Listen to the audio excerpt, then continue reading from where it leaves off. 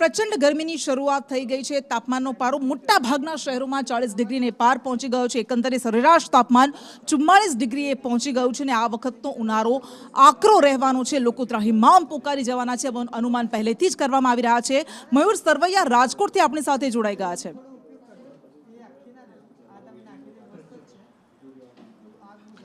બિલકુલ કૃષ્ણા, રાજ્યમાં કાળઝાળ ગરમી જે છે તે પડી રહી છે। રાજ્યના 12 જિલ્લાઓ જે એવા છે કે જ્યાં 40 ડિગ્રીથી પણ વધારે તાપમાન જે છે તે નોંધાઈ રહ્યું છે। હાલ જો વાત કરવામાં આવે તો રાજ્યમાં તાપમાનનો પારો જે છે તે અનેક શહેરોની અંદર 44 ડિગ્રીને પાર પહોંચ્યો છે, જેમાં કંડલા સૌથી વધુ તાપમાન જે છે તે જોવા મળી રહ્યું છે।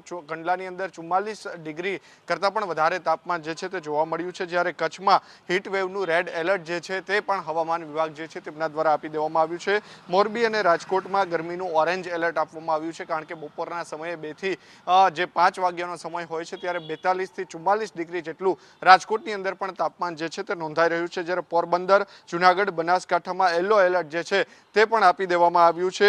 મોરબી અને રાજકોટમાં ગરમીનું ઓરેન્જ એલર્ટ, જ્યારે પોરબંદર, જુનાગઢ, બનાસકાંઠા જે વિસ્તારો જે શહેરો જે છે ત્યાં પણ યલો એલર્ટ જે છે તે આપી દેવામાં આવ્યું છે। સાબરકાંઠા, પાટણ, મહેસાણામાં પણ યલો એલર્ટ આપવામાં આવ્યું છે, જ્યારે ડીસામાં 42.8 ડિગ્રી અને વલ્લભ વિદ્યાનગરમાં 40.3 ડિગ્રી જેટલું તાપમાન જે છે તે હાલ નોંધાઈ રહ્યું છે। જ્યારે નલિયામાં 39.6 અને ભુજમાં 42.9 ડિગ્રી જેટલું તાપમાન જે છે તે હાલ નોંધાઈ રહ્યું છે। પોરબંદરમાં 40 અને રાજકોટમાં આજની તાપમાનની વાત કરીએ તો 43.2 ડિગ્રી તાપમાન જે છે તે નોંધાયું છે, એટલે કે કેશોદમાં 41.7 અને મહુવામાં 39 ડિગ્રી તાપમાન જે છે તે નોંધાયું છે।